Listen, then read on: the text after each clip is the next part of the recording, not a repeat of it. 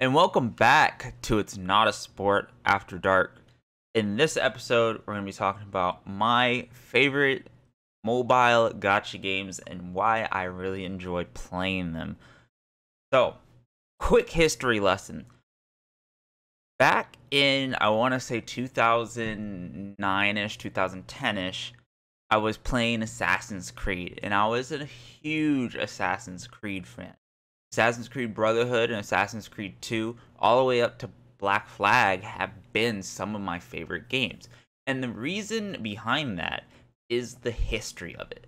They were the only games, really at the time, that were set in actual real life history, where you got to kind of learn more about characters that actually existed within our time.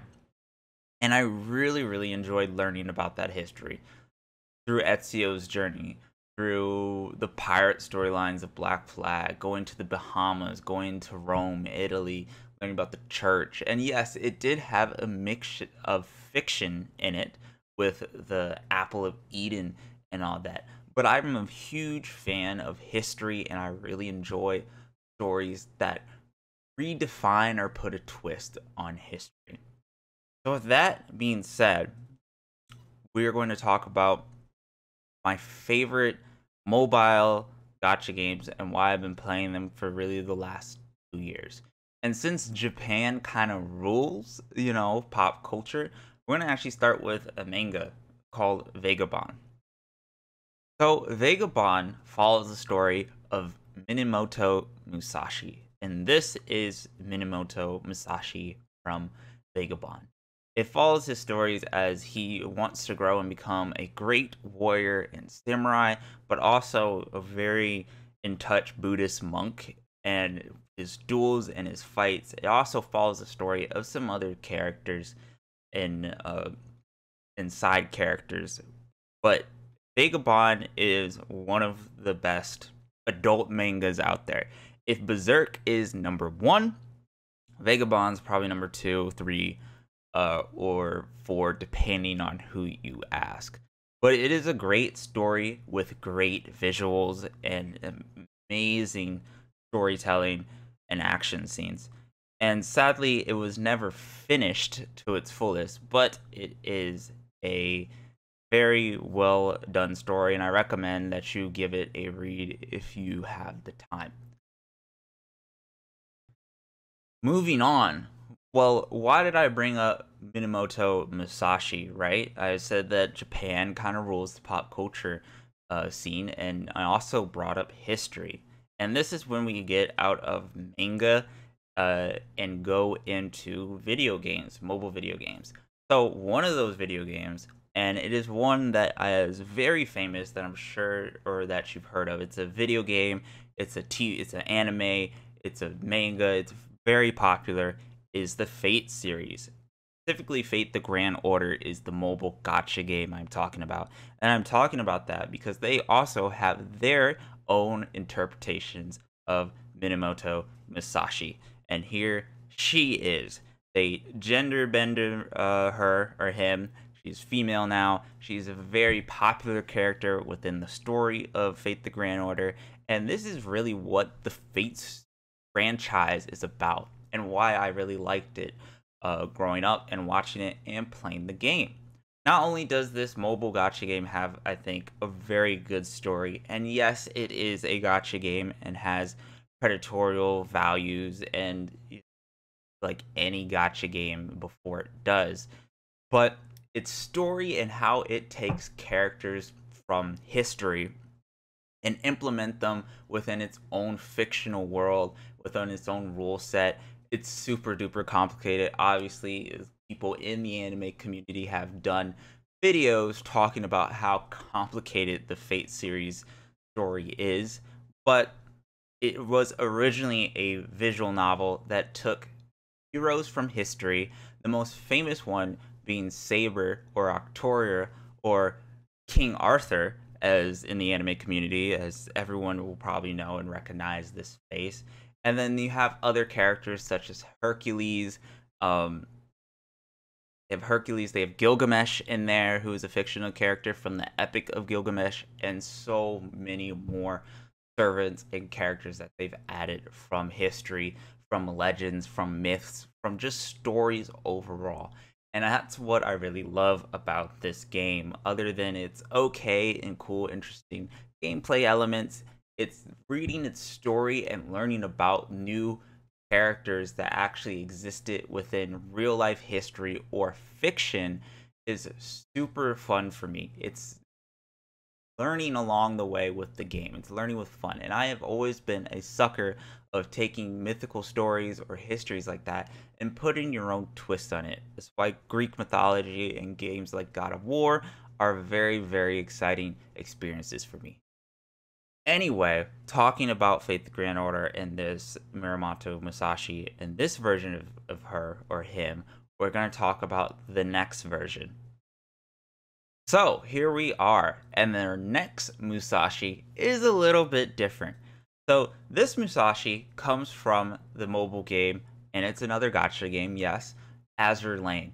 And Azur Lane is a little bit different, where it doesn't really take stories of fiction like Fate the Grand Order does, but it takes actual real life, or mostly real life, battleships from history, from World War One to World War Two to pirate ships, and it takes them and turns them like Fate does into hot girls or hot husbandos or whatever, right? Because it is a collecting gacha game, but this one is grounded more in war and history. So this Musashi is actually a battleship, and we're going to talk about her background next.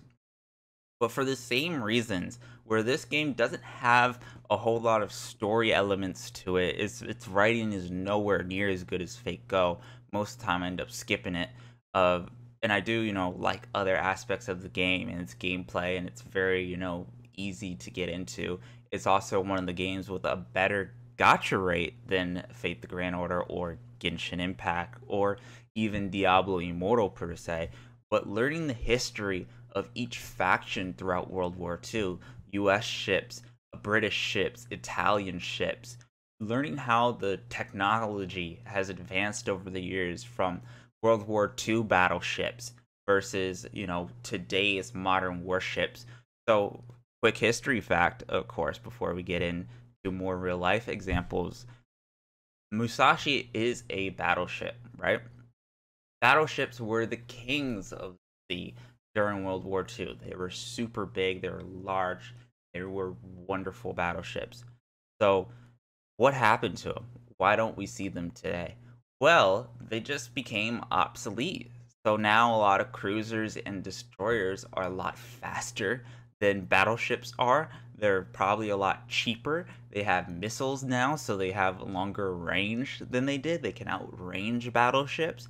They're smaller targets, and they're just more proficient in the water and ruling the seas from a technology standpoint. So in World War One, where battleships were the king crown jewel of the ocean, in World War Two, we started to see that that was not be.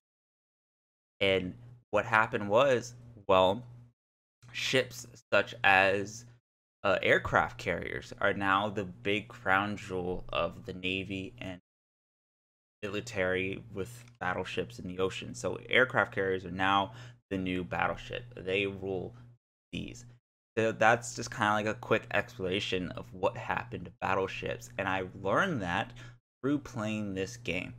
So before now, we're going to get into more of a history lesson. Let's introduce Musashi again. And here we are. So this is IGN Battleship Musashi. And this is the real Musashi from real life American history. She was a ship that actually existed and served within World War II.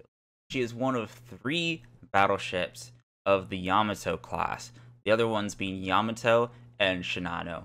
They are the largest battleships, I believe, ever built, especially Shinano, who was retrofitted into an aircraft carrier instead of a battleship.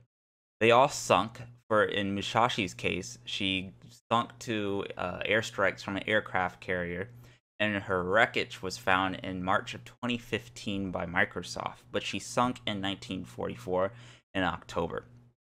So that's just a quick little history lesson.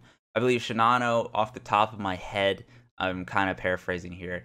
Shinano was sunk by an American submarine, and Yamato became kind of a suicide kamikaze ship, and she was also sunk during around the same time.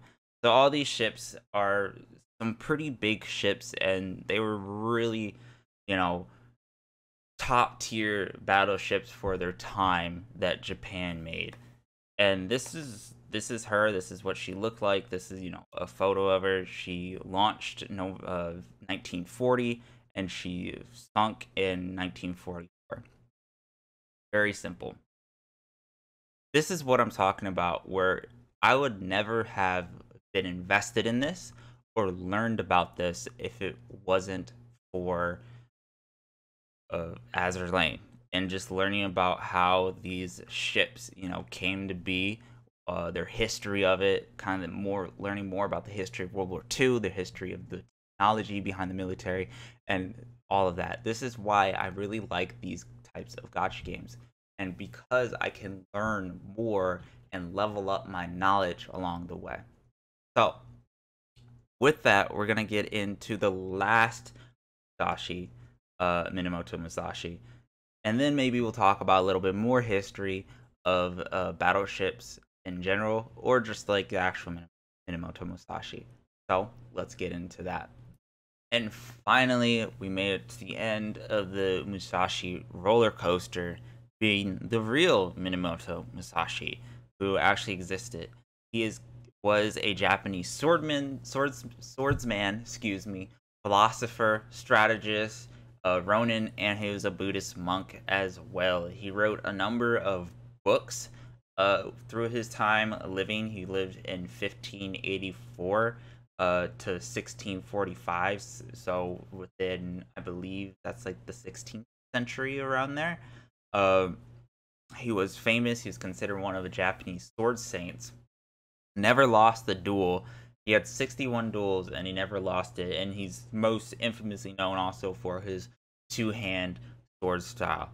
And he's been integrated into pop culture a lot, which is, how I know about him, how I've learned about him through Vagabond, through Fate the Grand Order, through, well, not really Azur Lane. That's why I learned about the ship version of him, right? Because it's after him.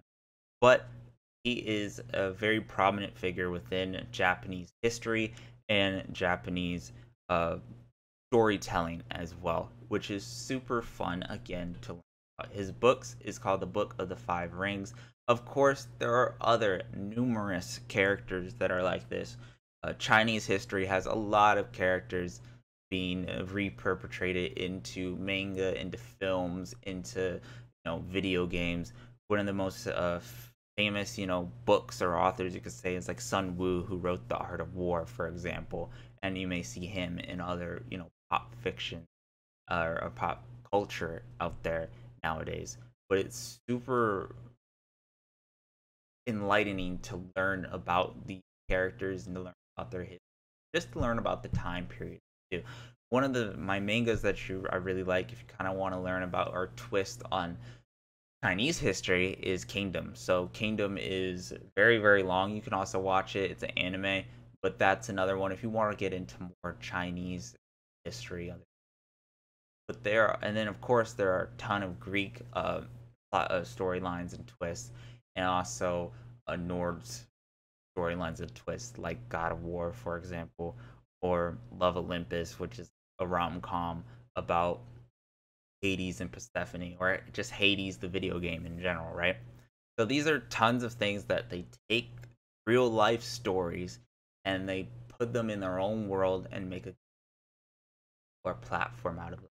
And this is why I really like the gotcha games.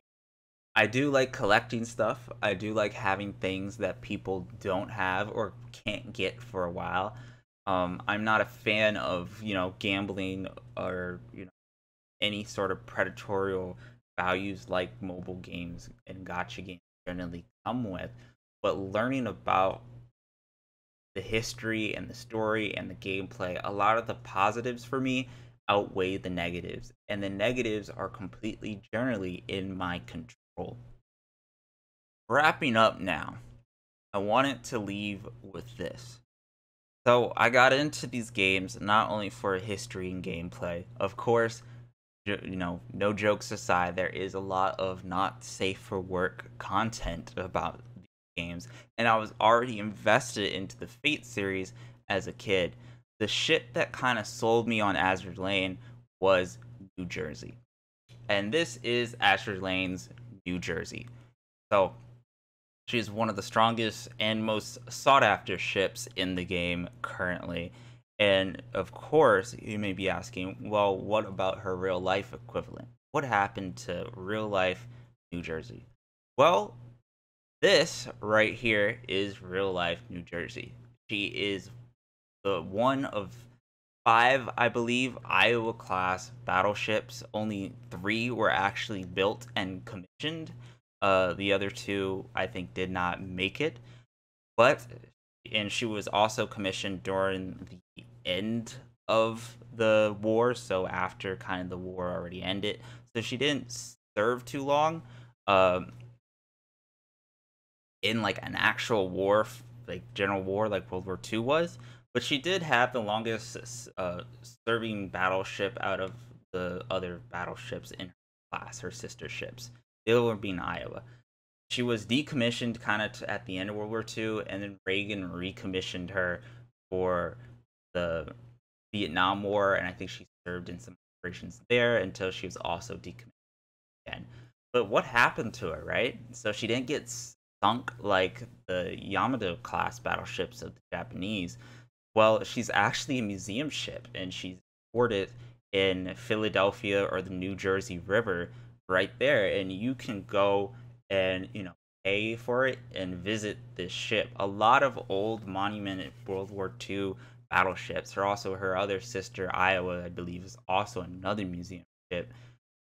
You can go and visit. With the first big super aircraft carrier, which is the Enterprise, is in San Diego and is also a museum visit.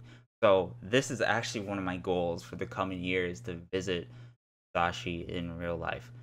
I thought that was just kind of a fun history fact. If you want to see what battleships were like and be on it, there you go. It's a very easy trip here in the United States. Go visit them. Of course, there are other ships from other nations around the world and submarines that you can go visit as well that are museum ships. But I thought I would share this one in particular because the one that started it all, naval ship battle craze for me. Anyway, that's going to conclude this show. I hope you enjoyed this little history lesson. Make sure to leave a like, comment, and subscribe. It really helps me out. You will have a comment, you can leave that below. I will check that and reply to it when I can. If you want to read our articles or check out our website, it's all up on there. You can also go to our YouTube channel and check out our previous podcasts and shows and seasons and conversations that we've had. And you can also listen to the podcast version on iTunes, Spotify, and SoundCloud as well. This has been your host, Salty Waffles, signing off, and I hope you guys are having a wonderful climb.